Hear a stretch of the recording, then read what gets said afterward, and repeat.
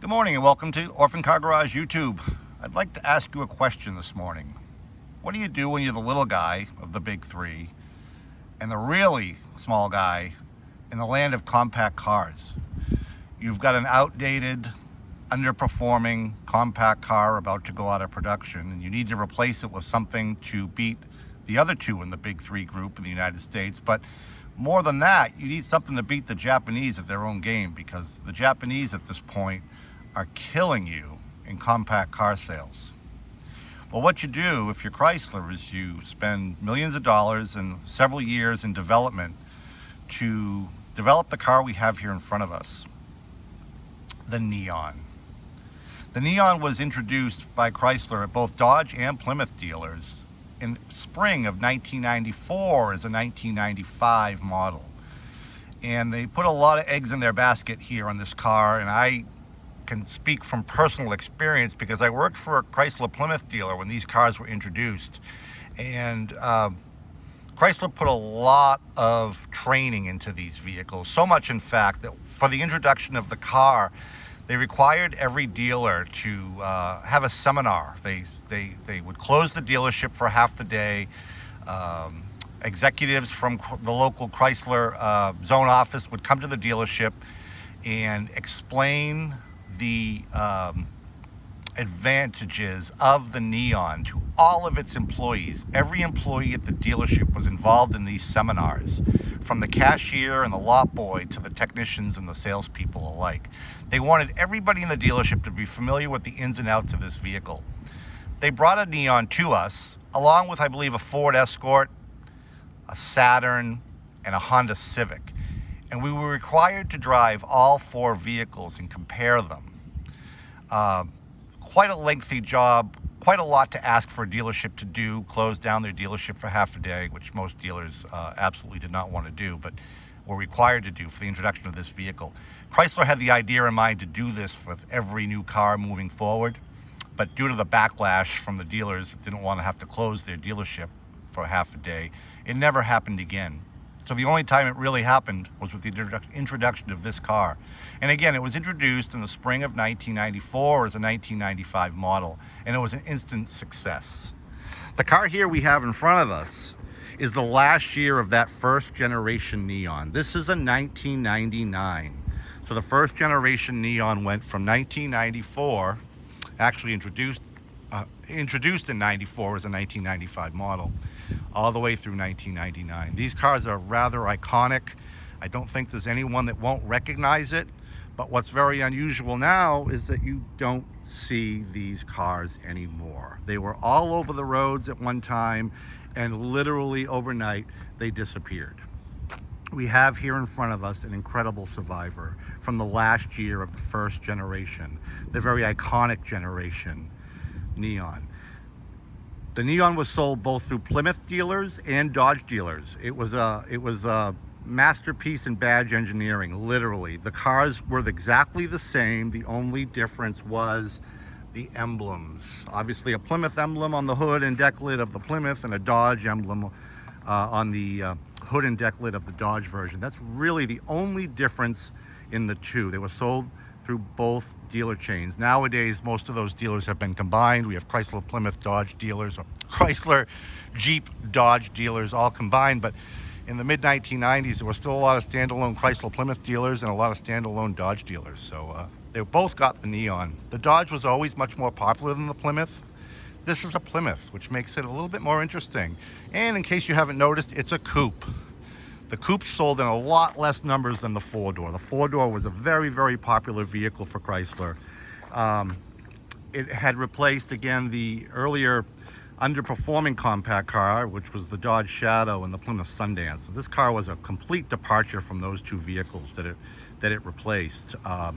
The Coupe was introduced, I believe, a little bit after the four-door and never quite sold as well, which is typical of any Coupe model. Generally speaking, I think the Coupe sold in the Neon about a third of the amount of the sedans, so makes this car rather rare. This is a 1999, again, last year for the first generation, and it's what they call the Expresso model. Really just a trim package and an option package for the vehicle. by 1997, sales of the first generation were starting to dwindle, and Chrysler put a little bit more thought into different models and trim packages to try to jazz them up. So this is the Expresso, which I believe was only available in 1998 and 1999, both on the 4-door and the 2-door model. It came with those color-keyed hubcaps, a fun confetti-style interior on the seat coverings, which I'll show you in a minute. And it came with that spoiler on the trunk, which always reminded me of a surfboard. And to add some excitement, I believe all the Expressos came equipped with a dual overhead cam 2-liter engine, which this car is equipped with, and that's usually a telltale sign by that bulge in the hood. The single overhead cam vehicles had the flat hood. The dual overhead cam vehicles had that bulge to let everybody know that you had a dual overhead cam engine and that they should watch out. These cars actually were very peppy for their day. One of the strong points that the automotive press liked about the cars when they were introduced is their interior space. A lot of interior space for a little car, much more so than the previous models, Shadow and Sundance. They packed a lot of little fun features into this car, sort of a youthful appearance. They definitely had a demographic they were going after. Again, this particular car is an Expresso, so it comes with those funny, funky, cool 1990s confetti-style seat covers. In beautiful condition, as you can see. This car with the dual overhead cam 2-liter engine also has the tried and true 3-speed automatic transmission that Chrysler used for decades. It was known as a torque flight transmission early on. It proved to be very reliable for Chrysler, but by the year 2000, when this car was introduced was discontinued for the next generation Neon, it was replaced with the 4-speed automatic, which, as we know, tended not to be as reliable as the 3-speed that this car has. These cars were also available with a 5-speed manual transmission. So this car is nicely equipped, automatic transmission, AM, FM, CD premium sound system. It has factory air conditioning, which we had reconditioned. We had it recharged, and brand new AC condenser, and it blows ice cold. So this car has ice cold air conditioning. Odometer, 98,737 miles. Again, on the Expresso package, I believe you got standard fog lights. This car is equipped with fog lights in the front bumper, rear window defogger, tilt steering column, which I believe may have also been standard on the Expresso.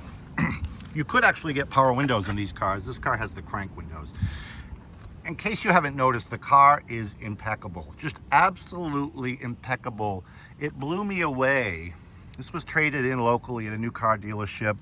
I ran the Carfax on it. It had a couple of owners, but one long-term owner early on, and it obviously had been very, very, very well cared for. One of the reasons why you don't see many of these cars anymore on the road is because they were generally used up and abused. They became inexpensive used cars. They became a first car for a teenager, and they got rather abused and just basically thrown away. So you just never see Neons anymore, especially the first generation. Did some research to try to find a value of this car, and it was a very, very difficult task. I could not find any first generation Neons, especially Coupes, for sale or any previous sales. It was a bit of a challenge, but I believe I came up with a fair price. This car is just, it's going to turn heads. Not so classic that you can't drive it every day, but classic enough and rare enough that you're going to want to preserve it. This car is going to be a hit at a local cruise night. Heck, I think it would be a big hit at a local cruise night now. But as time goes on, these cars are going to become rarer and rarer and rarer. And I venture to say that this particular one in front of us is probably one of the cleanest ones in the country. It absolutely blows my mind how nice this car is. We had it completely serviced by a certified Chrysler technician. Again, the air conditioning was all rebuilt, recharged, brand new condenser. We put front brakes and calipers on it, fresh oil change, belts, just to name a few, some bulbs here and there. We just wanted the car right. So the stereo system works beautifully. Everything in the car works to spec. You really doesn't need to have anything done to it. The body, the original paint, doesn't show any signs of any repaint. Carfax again is clean, 98,000 miles. The timing belt and head gasket have been replaced on this car by a previous owner. About 60,000, well, less. I think about 40,000 miles ago, the head gasket and timing belt had been done. So, again, a clean Carfax, clean repair history. Obviously, well loved. This car, no rust anywhere on the car. You will not find any rust on this car at all. Just an outstanding first generation Neon.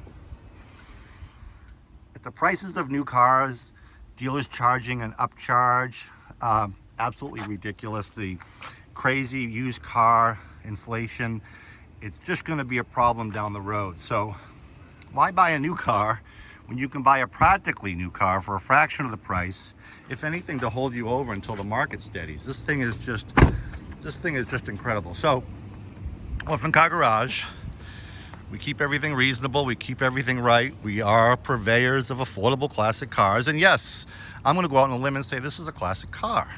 Very soon to be, at least.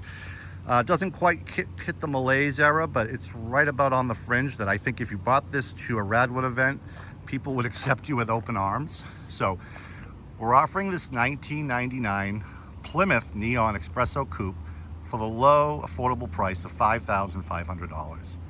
Nothing you need to do but register it and drive it. And in this midsummer heat, the air conditioning will freeze you out of the car. The stereo works beautifully. There's really nothing else you could ask for.